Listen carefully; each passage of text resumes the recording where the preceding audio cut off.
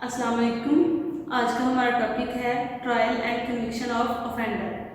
तो मैंने अपने पिछले लेक्चर में आपको बताया था कि चैप्टर नंबर 14 हम सोशियोलॉजी पार्ट 2 का जो है वो डिस्कस कर रहे हैं। तो उसमें दो चीज़ों के मुताबिक बताया गया है, एक है क्रिमिनल कोड्स और दूसरी है ट्रायल। तो क्रिमिनल कोड्स क्या हैं, उनकी पावर्स क्या है, उनको बहुत डिटेल में हम अपने प्रीवियस लेक्चर में जो है वो देख चुके हैं।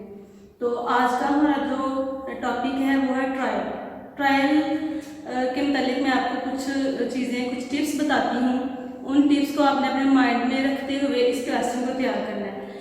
तो जैसे मैंने आपको पहले क्राइम के मतलब पढ़ाया हुआ है, क्रिमिनल टाइप्स ऑफ क्रिमिनल्स पढ़ाई हुई है, फिर मैंने बताया हुआ है कि एसेंशियल ऑफ क्राइम क्या है, इनको कैसे जो है वो ख़त्म किया जाता है, इनकी रेमेडीज बताई हुई हैं। तो वो जो टॉपिक्स हैं वो हम बहुत डिटेल से डिस्कस कर चुके हैं। तो आज जो मेरा बेसिक फोकस होगा वो होगा कि जब कोई क्राइम कमिट होता है तो उस क्राइम के कमिट होने के बाद किसी उस क्रिमिनल को सज़ा या उसको जजा देने के लिए जो है हम ट्रायल करते हैं। उसका ट्रायल कहाँ पे होता है? वो क्रिमिनल कोर्ट्स में होता है। तो उस ट्रायल का तरीकाकार क्या है पाकिस्तान में, वो सारा हम देखते हैं। अब देखिए, ट्रायल जो है, ट्रायल की दो टाइप्स हैं। एक है कि इन चलान केसेस पे ट्रायल होता है और एक है इन कंप्लेंट केसेस पे ट्रायल होता है। चलान केसेस अब क्या है, कंप्लेंट केसेस क्या है, इनके मुताबिक मैं आपको थोड़ा सा जो है वो गाइड कर देती हूँ कि जैसे ही क्राइम कमिट हुआ कहीं पे तो उस बंदे पे एफआईआर हुई। एफआईआर होने के बाद उसका जो है चलान कोर्ट में आता है। तो जब वो एफआईआर की बुनियाद पे जो फाइल आएगी कोर्ट में, हम कहेंगे कि वो चलान केस है। तो इसके अलावा अगर कहीं पे क्राइम कमिट हुआ है, उसकी एफआईआर नहीं हुई, तो एफआईआर ना होने की वजह से ये नहीं होगा कि उस बंदे के पास अब कोई रेमेडी नहीं है कि उसकी एफआईआर नहीं हुई, तब वो कोई एक्शन नहीं ले सकता उस बंदे के खिलाफ। तो उसके लिए भी एक हल है कि वो प्राइवेट कंप्लेंट जो है वो फाइल कर सकते हैं मजिस्ट्रेट के पास। तो जब वो प्राइवेट कंप्लेंट फाइल करेगा तो उसके बाद भी जो है हमारा ट्रायल का आगाज होता है। अब हम प्राइवेट कंप्लेंट में ट्रायल कैसे होता है, चलान केस में कैसे होता है, इन सब इन दोनों को कंबाइन ही लेके चलेंगे और कंबाइन ही हम इनको जो है वो डिस्कस करेंगे। तो इस पर हमारा जो क्वेश्चन है वो है discuss the procedure of trial and conviction of offender. तो मैंने आपको हर लेक्चर में मैंने बताया हुआ है कि हमारा किसी भी क्वेश्चन को अटेम्प्ट करने का तरीकाकार ये है कि हम उसको इंट्रोडक्शन से उसका आगाज़ करते हैं क्वेश्चन का और कंक्लूजन तक लेके जाते हैं। तो उसके अंदर मैंने एक सीक्वेंस के साथ बताया हुआ है कि पहले हम इंट्रोडक्शन लिखेंगे, फिर हम उसकी जो है वो रेलिवेंट लॉज लिखेंगे, फिर हम उसके मीनिंग लिखेंगे, डेफिनेशन लिखेंगे, उसके बाद जो है हम अपने मेन टॉपिक की तरफ आ जाते हैं। तो आज भी मैंने हेडिंग्स आपके सामने लिख दी हुई हैं। ये देख रहे हैं कि सबसे पहले आप इंट्रोडक्शन लिखेंगे। इंट्रोडक्शन में आप लिखेंगे कि क्राइम क्या है, क्राइम जब कमिट होता है तो उसके बाद जो है केस रजिस्टर होता है उस बंदे के खिलाफ। उस केस रजिस्टर होने के बाद उसका जो है वो ट्रायल होता है, जो हम डिस्कस करेंगे इस क्वेश्चन में। तो इंट्रोडक्शन के बाद आप क्रॉस रेफरेंस की हेडिंग लिखेंगे। क्रॉस रेफरेंस में हाँ आप लिखेंगे कि सेक्शन जो है वो 221 से लेके 240 जो है सीआरपीसी के वो मजिस्ट्रेटियल ट्रायल को। एक बात और मैं बताना भूल गई कि दो तरह का ट्रायल होता है, एक मजिस्ट्रेटियल ट्रायल होता है और एक सेशन ट्रायल होता है। तो मजिस्ट्रेटियल ट्रायल को जो है सीआरपीसी के सेक्शन 221 से लेके 240 तक डील करते हैं, और जो सेशन ट्रायल है उसको सीआरपीसी के सेक्शन 265 ए से लेके 265 एन तक जो है ये डील करते हैं। तो इसके अलावा कॉन्स्टिट्यूशन ऑफ पाकिस्तान जो है इसका आर्टिकल 10 और आर्टिकल 13 सब बी जो है वो भी इससे रेलिवेंट है। तो ये आप अपने क्रॉस रेफरेंस में हेडिंग लिख सकते हैं। उसके बाद आप आ जाएंगे मीनिंग ऑफ ट्रायल में। ट्रायल के मानिंग क्या है? तो इसके मानिंग है according to Oxford dictionary of law के तहत कि the hearing of a civil और criminal case before the court of competent jurisdiction. कि हियरिंग ऑफ अ सिविल और क्रिमिनल केस, किसी भी सिविल या क्रिमिनल केस की हियरिंग हो किसी भी कॉम्पिटेंट कोर्ट के पास, तो उसको हम कहेंगे ट्रायल। तो उसके बाद है डेफिनेशन ऑफ ट्रायल मैंने लिखी, उसमें आपको ऑक्सफोर्ड डिक्शनरी की मिल जाए, ब्लैकस्टार डिक्शनरी की मिल जाए, कोई भी अच्छी डेफिनेशन मिल जाए वो आप इसमें कोट कर सकते हैं। तो उसके बाद हम आ जाते हैं अपने जो मेन हमारा टॉपिक है उसकी तरफ हम आ जाते हैं। वो है हमारा procedure of trial in Pakistan which is given in CrPC. देखें हम पार्ट तो सोशियोलॉजी रहे हैं, सोशियोलॉजी में हमारा टॉपिक है कि ट्रायल क्या है पाकिस्तान में, उसको डिस्कस करें। तो उसको डिस्कस करने के लिए हमें सीआरपीसी की हेल्प लेना पड़ती है, क्योंकि सीआरपीसी एक प्रोसीजरल लॉ है। तो इसमें मुकम्मल तौर पर ट्रायल के तमाम जो स्टेप्स हैं वो दिए गए हैं और उसी के तहत जो है वो ट्रायल कंडक्ट होता है पाकिस्तान में। तो इसलिए हम इसको साथ साथ जो है वो डिस्कस कर रहे हैं। तो सबसे पहले प्रोसीजर में हम जाएंगे टाइप्स ऑफ ट्रायल के। उसमें एक चलान केस है, एक कंप्लेंट केस है। चलान केस में आप देख सकते हैं कि जब एफआईआर हो जाती है, केस रजिस्टर हो जाता है, रजिस्टर होने के बाद प्रॉपर्ली इन्वेस्टिगेशन के बाद जो फाइल है वो कोर्ट में आती है। तो कोर्ट में जब फाइल आएगी तो उसके बाद जो है वो उसका आगाज हो जाएगा, स्टार्ट हो जाएगा ट्रायल का।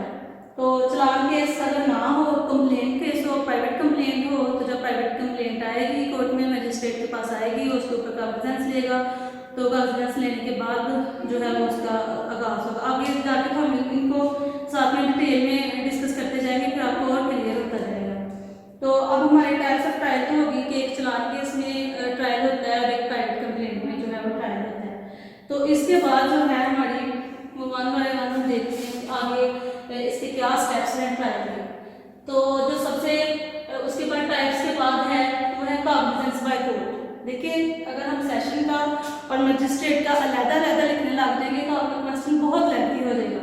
उसकी लेंथ को कम करने के लिए और आपका क्वेश्चन जो है वो प्रॉपरली टाइम पे अटेम्प्ट हो जाए, उसके लिए मैंने इसको थोड़ा शॉर्ट किया और इंशाल्लाह आपको क्लियर भी होता जाएगा और क्वेश्चन भी आपका मुकम्मल होगा। अब है कॉग्निजेंस बाय कोर्ट के जब प्राइवेट कंप्लेंट कोर्ट में आती है या चलान केस में फाइल आती है, रिपोर्ट आती है 173 की मजिस्ट्रेट के सामने, तो उसके पास जब आएगी वो तो क्या करता है, कॉग्निजेंस लेता है उस केस को अपनी तहवीर में लेता है, देखता है, कॉग्निजेंस लेके देखता है कि इट इज ट्रायबल बाय मी है या नहीं है। अगर उसके वो ट्रायबल होगा तो उस केस को अपने पास रख लेगा और अगर उसके ट्रायबल नहीं होगा तो उस केस को सेशन कोर्ट में जो है वो ट्रांसफर कर देगा। तो एक बात आपने याद रखनी है कि प्राइवेट कंप्लेंट जब हमने फाइल करनी हो या जब चलान केस में 173 की रिपोर्ट हमने कोर्ट में लेके आनी हो तो वो हमेशा मजिस्ट्रेट ऑफ फर्स्ट क्लास के पास लेके आते हैं। तो मजिस्ट्रेट ऑफ फर्स्ट क्लास जो है वो देखता है कि अगर उसके ट्रायबल हो ऑफेंस तो वो उसको ट्राई करेगा, अगर नहीं है तो अगर मर्डर केस है तो वो ट्रायबल मजिस्ट्रेट नहीं होता तो क्या कर लिख देगा, उसके ऊपर रिपोर्ट कर देगा कि मैं इसको ट्राई नहीं कर सकता, तो वो सेशन कोर्ट के पास भेज देगा। तो फिर वो उसके ऊपर जो है वो सेशन कोर्ट ट्राई करेगी। तो कॉग्निजेंस लेने के बाद फिर क्या है, इशू ऑफ प्रोसेस। यहाँ पे एक बहुत ही इंटरेस्टिंग चीज़ समझने के लिए आती है कि issue of process. Issue of process क्या प्राइवेट कंप्लेंट में होगा या हमारा चलान केस में होगा।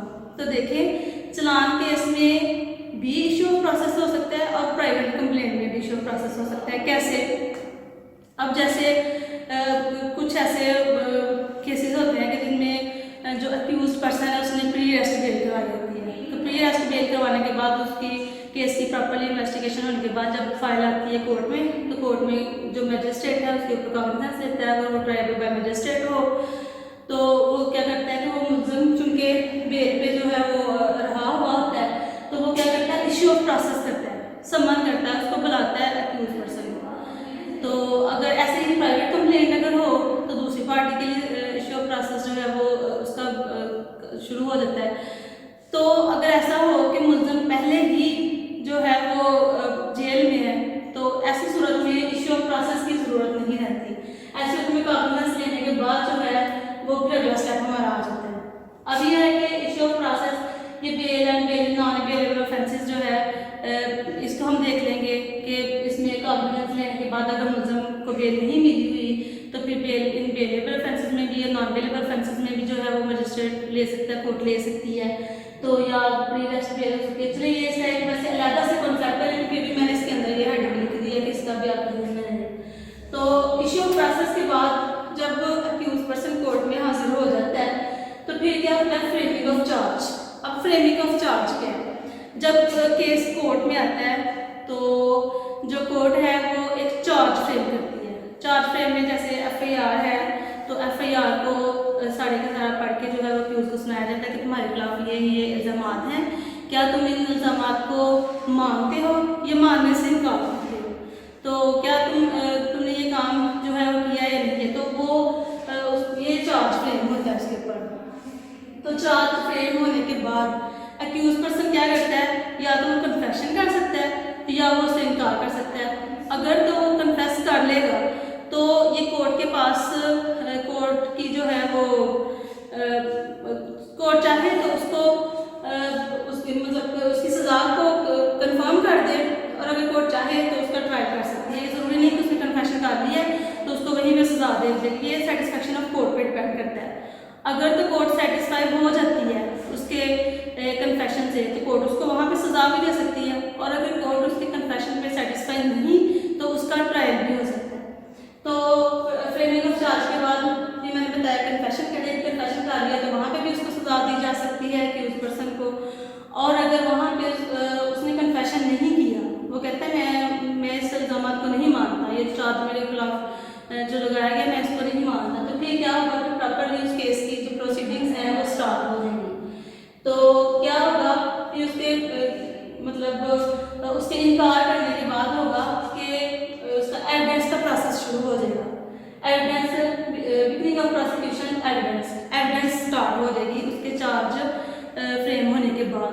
तो पहले प्रोसिक्यूशन की एविडेंस होगी, प्रोसिक्यूशन जो है वो अपने तमाम विटनेसेस को पेश करेगा तो उसके बाद जो अक्यूज पर्सन है उसके पास जो है वो मुकम्मल इख्तियार होता है कि उसके ऊपर क्रॉस एग्जामिन कर सकता है। तो उसकी जो है प्रोसिक्यूशन के विटनेस कोर्ट में आएंगे, उनका चीफ होगा, उनकी क्रॉस एग्जामिनेशन होगी। चीफ ऑफ क्रॉस एग्जामिनेशन जो है इसको कानूनी शहादत आर्डर 1984 जो है वो डील करते हैं, तो उसके तहत उसकी एविडेंस होगी।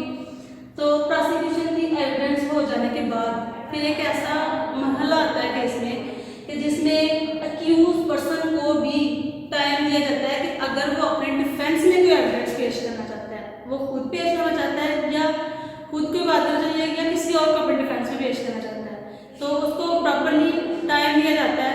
तो उस जो है उस टाइम में वो अपने डिफेंस में एविडेंस पेश कर सकता है। तो ये अगर अक्यूज कहता है कि हाँ मैं अपने डिफेंस में जो है वो एविडेंस पेश करना चाहता हूँ, तो ऐसी सूरत में उसको टाइम दिया जाएगा और वो कोर्ट में अपनी डिफेंस में एविडेंस पेश करेगा। तो अगर वो करता है तो फिर उसके ऊपर कार्रवाई शुरू हो जाएगी, और अगर वो अपने डिफेंस में एविडेंस नहीं पेश करता तो फिर उससे अगली कार्रवाई जो है वो शुरू हो जाएगी। डिफेंस में एविडेंस देने के बाद या ना देने के बाद जो है फिर एक डेट फिक्स होती है फाइनल आर्गूमेंट्स के लिए। तो फाइनल आर्गूमेंट्स होंगे दोनों अक्यूज पर्सन की तरफ से भी, प्रोसिक्यूशन की तरफ से भी। तो फाइनल आर्गूमेंट्स के बाद जो है वो प्रोनाउंसमेंट ऑफ जजमेंट के लिए जो है वो डेट फिक्स होगी। उसी दिन भी हो सकता है जिस दिन जो है हमारे फाइनल आर्गूमेंट हुए हो, या उसके अलावा भी कोर्ट जो है वो डेट फिक्स कर सकती है। तो जो डेट फिक्स करेगी उस डेट पे कोर्ट जो है वो प्रोनाउंसमेंट ऑफ जजमेंट करेगी। मतलब वो देखेगी दोनों जो है पार्टीज, उनका उसने पहले एविडेंस ली होती है, सारा देखने के बाद आर्गूमेंट सुनने के बाद कोर्ट क्या करेगी, कोर्ट या तो उस अक्यूज पर्सन को अक्यूटल कर देगी या उसको कन्विक्शन कर देगी। अगर कोर्ट ये समझती है कि इसने जो है कोई इसके खिलाफ जो चार्ज है वो बेसलेस है, इसने ऐसा फैसला नहीं किया हुआ जो भी वटेवर, तो कोर्ट जो है उसको एक्विट कर देगी अक्यूज पर्सन को। और अगर कोर्ट जो है ये थिंक फिट करती है कि इसके खिलाफ जो चार्ज है वो बिल्कुल हक़ाइक़ का मबनी है, तो ऐसा इसने किया है, तो फिर कोर्ट जो है उसको कन्विक्शन दे देगी, उसको सजा दे देगी। अब ये तो सारा हमारा जब क्राइम कमिट हुआ उसके बाद सारा ट्रायल का जो है वो प्रोसेस हो गया। तो जब जो कोर्ट है उसको कन्विक्शन दे देगी या उसको एक्विटल कर देगी, तो क्या उसके बाद भी कोई प्रोसेस हो सकता है? तो उसके लिए बिल्कुल प्रोसेस हो सकता है। अगर एक्विटल हो गया एक्यूज पर्सन तो ऐसी सूरत में जो प्रोसिक्यूशन है उसके पास ये पावर है, ये मतलब प्रोसिक्यूशन जो है वो कर सकती है, अपील कर सकती है एक्विटल के खिलाफ। तो अगर कन्विक्शन हो गई है तो फिर कन्विक्शन की सूरत में जो है अक्यूज पर्सन उसके पास ये थर्ड को अपील में जा सकता है। अगर फैसला मजिस्ट्रेट का होगा तो फिर अपील कहाँ पे होगी? तो फिर उसकी अपील होगी हाई कोर्ट में।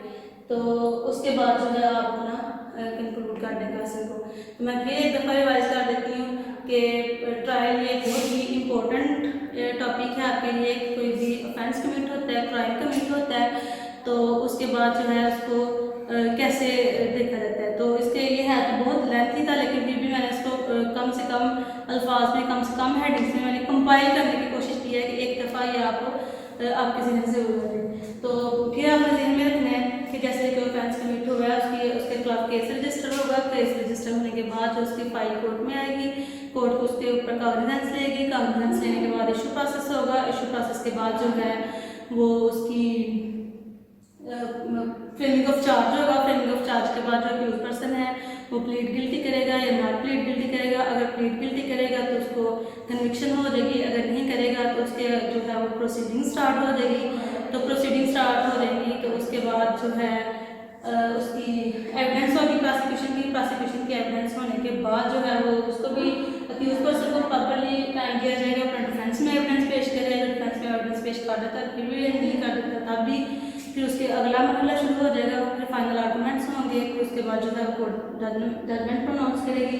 फिर वो या तो एक्विटल होगी या कन्विक्शन होगी। तो इसके टॉपिक को आपने जो है वो तैयार करें। इसके अलावा मैं आपको थोड़ा सा और बता दूँ कि चलिए काफ़ी है ये जो आपने रखना है। तो ये उसके बाद आप अपना क्वेश्चन जो है वो कंक्लूड कर देंगे। तो आई होप कि आप समझ गए होंगे।